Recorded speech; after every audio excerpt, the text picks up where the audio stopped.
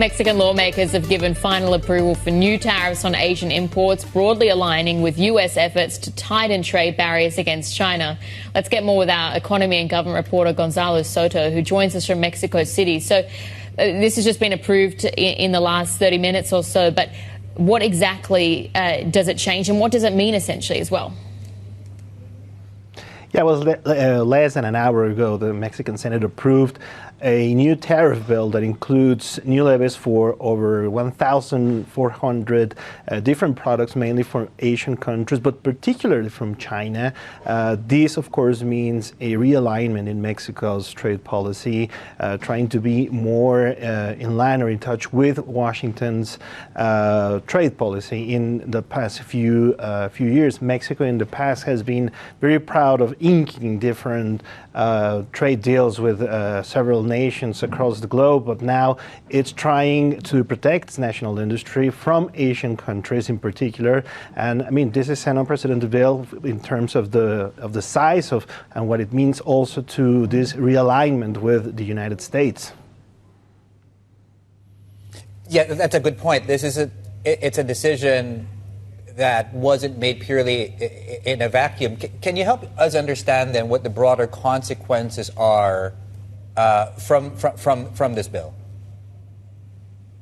Sure. I mean, this bill was presented back in September along with Mexico's 2026 budget, but after heavy lobbying from Asian countries and companies here in Mexico, it was delayed several months. And what this means is that there will be more restrictions for importers that bring into Mexico products from China in particular, but also Vietnam, Korea, other Asian nations that, according to Mexican officials, have been hurting Mexican national production.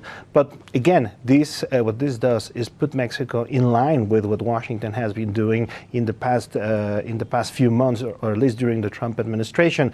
And this comes just months before Mexico, Canada, and the United States have to sit down and revise the USMCA trade deal, a trade deal that, of course, Donald Trump has derided in the past.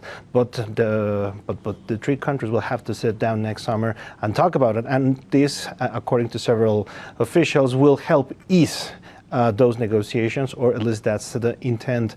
Also, the Ministry of Economy will get extraordinary new powers to move around those tariffs, to change them without having to undergo the legislative process to do so. So that is also an important change facing this renegotiation or this revision of the USMCA trade deal. I mean, I can see that it obviously helps with the relations with the US and with Canada, but there are a lot of Asian companies that we're seeing that are going to Mexico to establish their North American manufacturing. So what is the likely blowback going to be, and also from China in particular? Yes, actually, that is one of the reasons that this tariff bill took so long to pass in Congress, not only because of heavy lobbying from Asian companies, but also because people within the ruling Morena party were very skeptical of going into this type of trade war or involving Mexico in this tariff war with Asian countries, particularly because a lot of industries here in Mexico depend heavily on inputs from Asia, particularly China. I mean, Mexico, it has several differences with the rest of Latin America. Mexico, of course, is United States' #1 trade partner, and doesn't rely as much with China for its imports. Nevertheless, several industries, particularly car makers or toys, home appliances, rely heavily on those inputs. So there will be some sort of backlash, although Mexican officials say there won't be a heavy impact, and most of the tariffs that have been implemented, or the products that will be levied now or will be hit with by these new levies, can be easily replaced by national production.